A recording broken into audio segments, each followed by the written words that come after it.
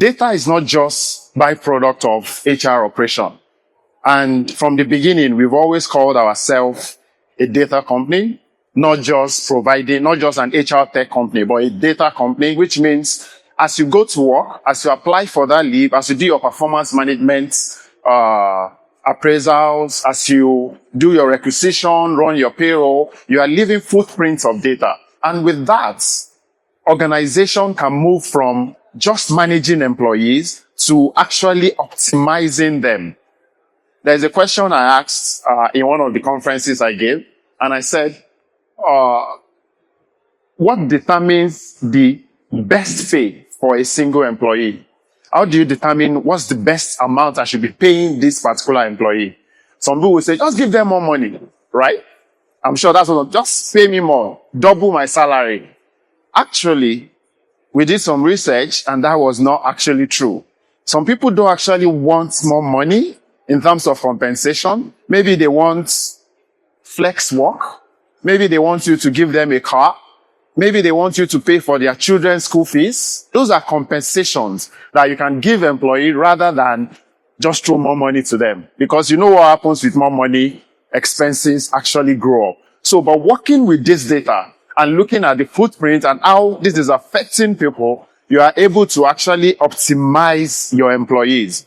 Salespeople don't like coming to work because they are supposed to be on the field chasing targets, chasing customers. With this data, you are able to optimize your employee and build a platform that, I need to know where you are. Yeah, we have a mobile app where if I'm going on field to actually make a sale, I can clock in on my mobile app. I don't need to come to the office and click on a biometric device. And I can know where you are. I can see your footprint and I can make better decisions in terms of how to optimize you. So those are the changing landscape of technology. Then again, employees, maybe 5 years ago, or the workforce 5 years ago, both blue collar and white collar work has always been transactional. I just want to come to work by 8 and close by 5. Just do my necessary work and pay me my dues. That's my salary, my compensation, as the case might be. But this is changing, and that's what the platform is showing us and showing our customers, that this is actually changing. People want to work for a more transformational company. They want to live life with a purpose. Steve Jobs said, when you find meaning, work is actually something that makes you happy, not necessarily something that foots your bills. Definitely, that's to foot your bills, right? But when you find meaningful work, you actually want to do it because it's something with a purpose. And that's what the platform, SeamlessHR allow you to do. But even apart from the platform, is transformational. People want to work for something that gives them purpose, something they are happy working about. And we've seen this across most of our users where people are staying more in organization that are giving them a transformational purpose rather than, I just need to go to work, do my work and go back. Before you know it, within 6 months, 7 months, people actually leave.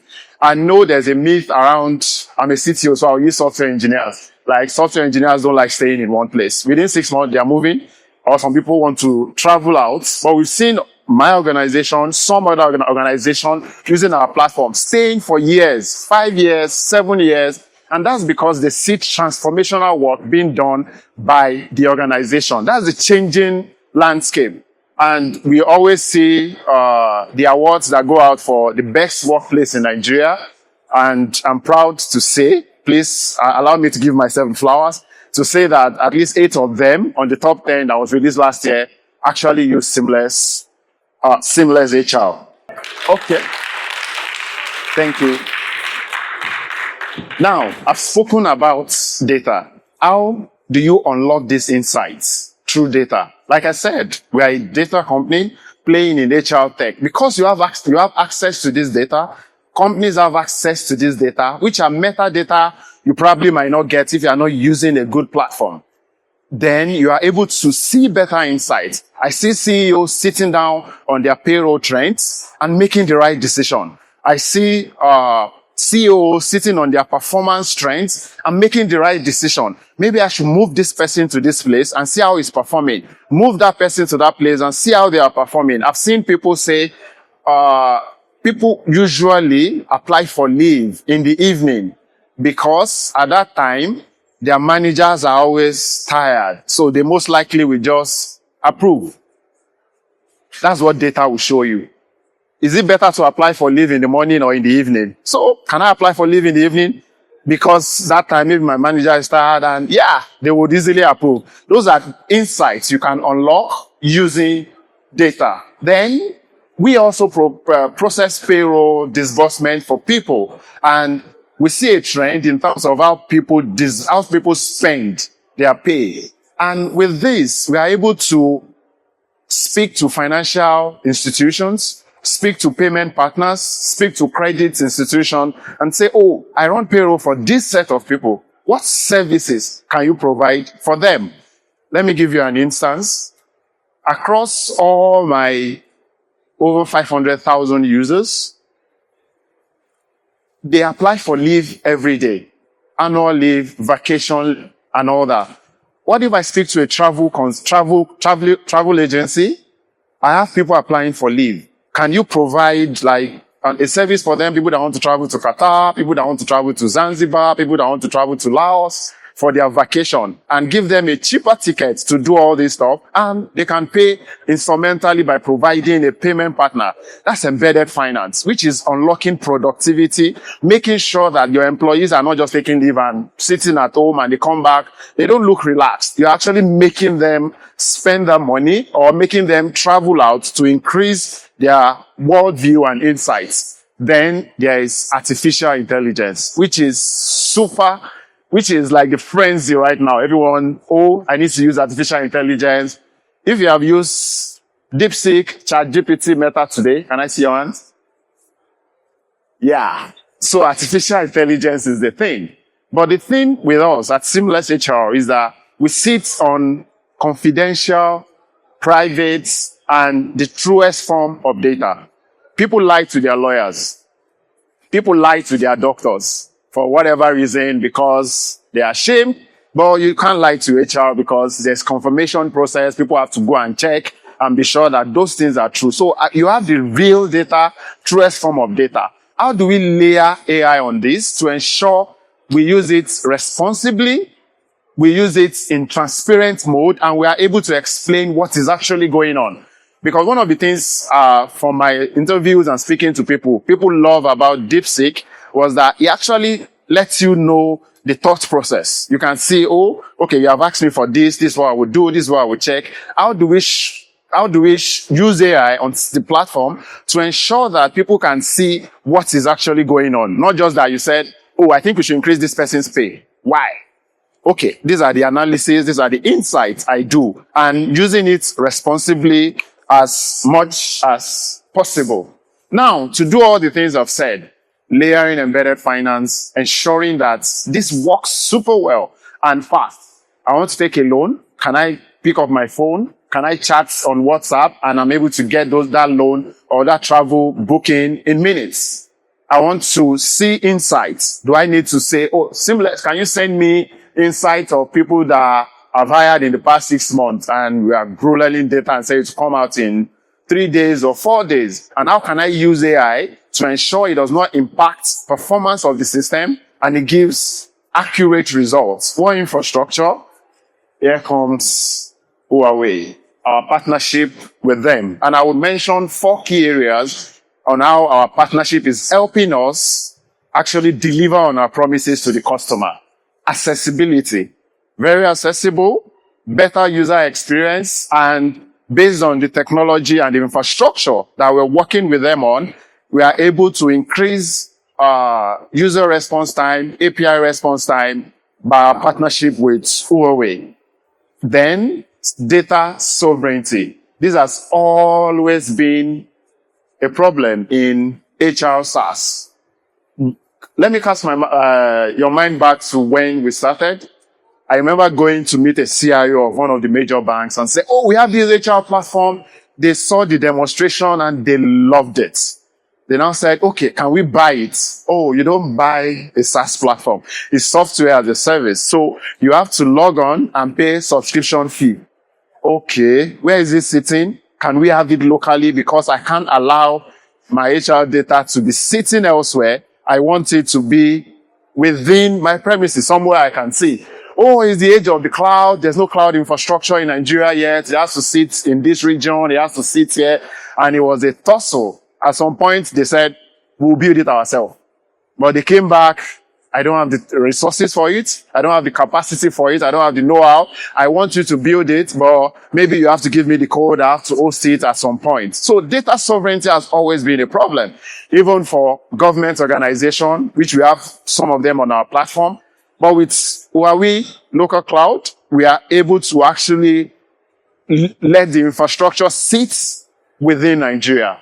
And as a nation, I think data sovereignty is actually important because let's say there is network failure. Let's say there's a trade war, for example. Let's say there are circumstances that might happen. We need to be able to control our data, see how it's being used, and ensure it's used responsibly. Then data governance also. There's a lot of people putting things on AI now. I was speaking to someone who said, no, I was not actually. The person was actually making a presentation. He was a CEO and said, oh, I have a board meeting tomorrow. All I did was to just drag the board paper on ChatGPT and say, analyze this for me, do this, do all that stuff, which was really cool. And he was able to do a very good board presentation because of that. But after the speech, I walked to him and said, did you think, where did that PDF you put on ChatGPT, where did it go to? Do you know whether someone else is using it? Because I've actually seen people training their AI models on real life people and say, oh, I have this new application that does this. Please test it. And as you are practicing and testing, they are training their model. Where is responsibility in terms of transparency of where the data sits and the governance? But with Huawei Cloud, we've been able to actually ensure it sits on a local cloud and work with, the ministry, the federal government needs that to ensure that appropriate and responsible AI is being used in terms of data governance and also architecture.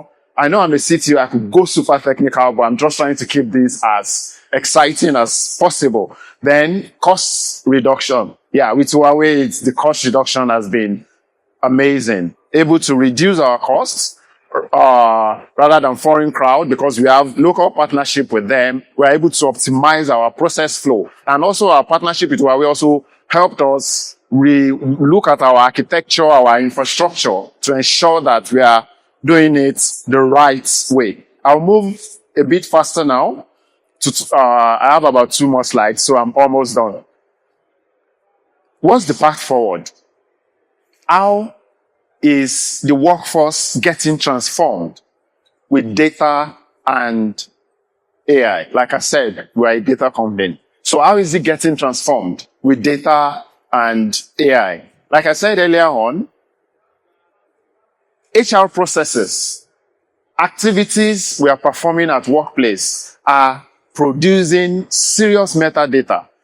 And as you move from one organization to another organization, there are a lot of data being generated, which can be used for improved decision making and also optimized employee experiences.